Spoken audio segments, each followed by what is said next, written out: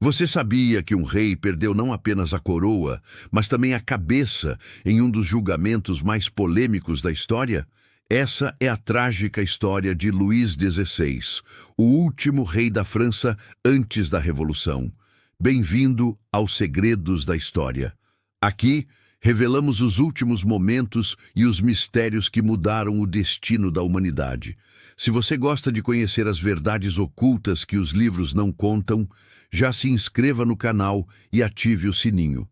Porque o que você vai ouvir agora é uma jornada de poder, traição e tragédia. A história de Luís XVI não começa no cadafalso, mas em 1774, quando herdou o trono ainda jovem e inexperiente. Aos 19 anos, tímido e indeciso, preferia caçadas e trabalhos manuais às intrigas da corte. Casou-se com Maria Antonieta, numa aliança entre França e Áustria, mas a união, em vez de fortalecer sua imagem, transformou-se em alvo de críticas. O povo via a rainha como símbolo de luxo estrangeiro, desconectada da miséria francesa. Seu casamento com Maria Antonieta, arquiduquesa da Áustria, havia sido planejado como uma aliança política entre duas potências rivais. No entanto, ao invés de consolidar prestígio, tornou-se alvo de críticas. O povo via a rainha como símbolo de luxo e estrangeirismo, incapaz de entender as necessidades de uma França em crise. Naquele período, a França enfrentava dívidas gigantescas, resultado de guerras caras, como a Guerra dos 7 Anos e o apoio à independência dos Estados Unidos, além de uma administração fiscal caótica e injusta. Os nobres e o clero eram isentos de muitos impostos, enquanto os camponeses e trabalhadores arcavam com a maior parte da carga tributária. O contraste era brutal. Enquanto em Versalhes os salões brilhavam em banquetes e bailes, o povo de Paris mal tinha pão para comer. Essa desigualdade social tornou-se uma bomba relógio prestes a explodir. Embora Luís XVI tivesse boa vontade, era indeciso e inseguro. Tentava conciliar reformas tímidas com a pressão da nobreza que se recusava a abrir mão de seus privilégios. Assim, pouco a pouco, perdeu a confiança tanto do povo quanto dos poderosos. A França caminhava para uma convulsão que mudaria não só sua história, mas também a do mundo. O ano de 1789 foi o ponto de ruptura. O rei, pressionado pelas finanças falidas do Estado, convocou os Estados Gerais, uma assembleia que reunia representantes do clero, da nobreza e do povo. Era a primeira vez que isso acontecia em mais de 170 anos. O que parecia ser uma tentativa de diálogo se transformou em uma faísca para a revolta. Os representantes do Terceiro Estado, cansados da desigualdade de votos, proclamaram a Assembleia Nacional e juraram dar uma nova Constituição à França. Poucos meses depois, em 14 de julho, a tomada da Bastilha por populares armados se tornou o símbolo do início da Revolução Francesa. O rei observava perplexo, sem compreender que a monarquia absoluta estava ruindo diante de seus olhos. Enquanto Maria Antonieta era acusada de debochar do povo com a famosa frase "Se não tem pão, que comam brioches", provavelmente inventada, mas devastadora para sua imagem, Luís XVI hesitava entre negociar, reprimir ou fugir. Nesse clima de incerteza, o povo se sentia cada vez mais fortalecido. As ruas de Paris se inflamavam com discursos revolucionários. Clubes políticos cresciam em influência, e a monarquia deixava de ser vista como instituição sagrada. Luís XVI, com sua indecisão, parecia um rei perdido em meio ao turbilhão. O que começou como uma revolta por comida se transformava em uma revolução contra séculos de absolutismo. Em 1791, a situação da família real tornou-se insustentável. Cercados em Paris, vigiados e sem autoridade real, Luís XVI e Maria Antonieta decidiram escapar. Disfarçados como burgueses, deixaram o Palácio das Tulherias com os filhos e um pequeno grupo de apoiadores. O plano era alcançar a cidade de Montmédy, no leste da França, onde tropas leais aguardavam. Mas o destino lhes foi cruel. Em Varennes, foram reconhecidos por um simples oficial da Guarda Nacional que desconfiou da figura alta e pesada do cidadão burguês que parecia com o rei estampado nas moedas. A família foi detida e levada de volta a Paris sob os olhares irônicos e hostis da multidão. Esse fracasso foi devastador. Para o povo, não havia mais dúvidas. O rei não era aliado da revolução, mas um inimigo disposto a abandoná-los e buscar apoio estrangeiro. Sua fuga selou sua reputação como traidor. A confiança que restava desapareceu, e sua imagem pública nunca mais se recuperaria.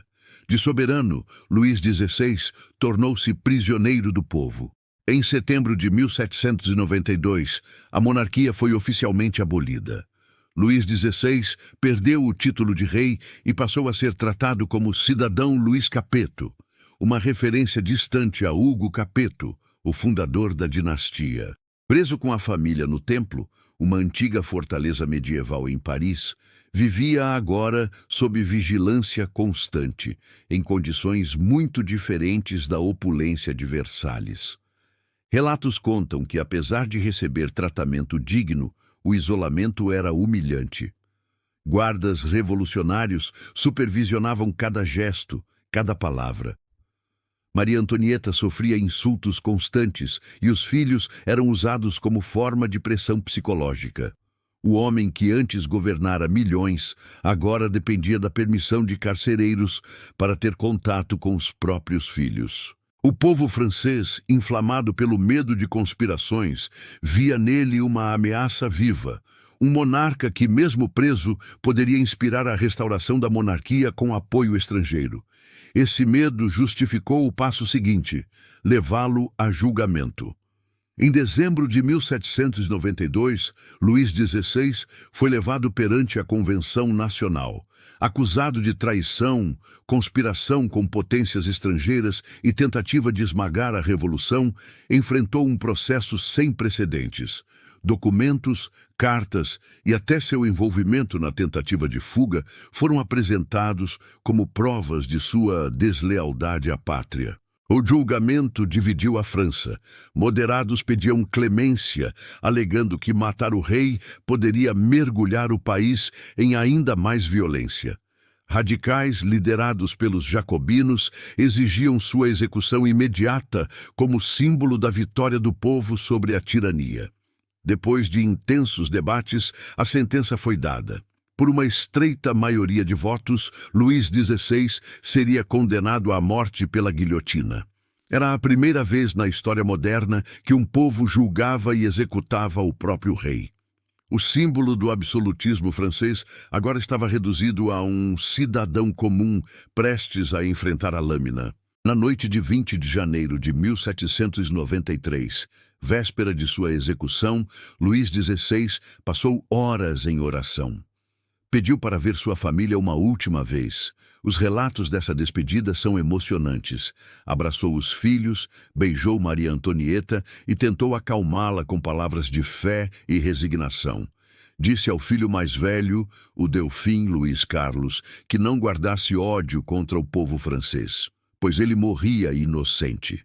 Após esse momento de dor, retirou-se para escrever sua última declaração, na qual reafirmava sua fé católica e negava ser culpado dos crimes pelos quais fora condenado.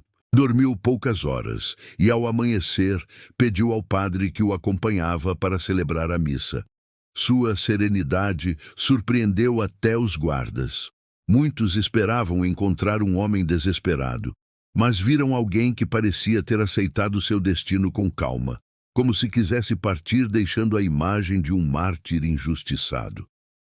Na manhã de 21 de janeiro de 1793, uma carroça simples levou Luís XVI pelas ruas de Paris até a Praça da Revolução.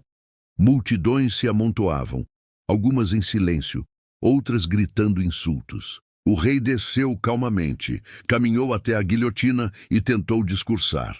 Declarou-se inocente e pediu ao povo que não vingasse sua morte. No entanto, tambores rufaram alto para abafar sua voz.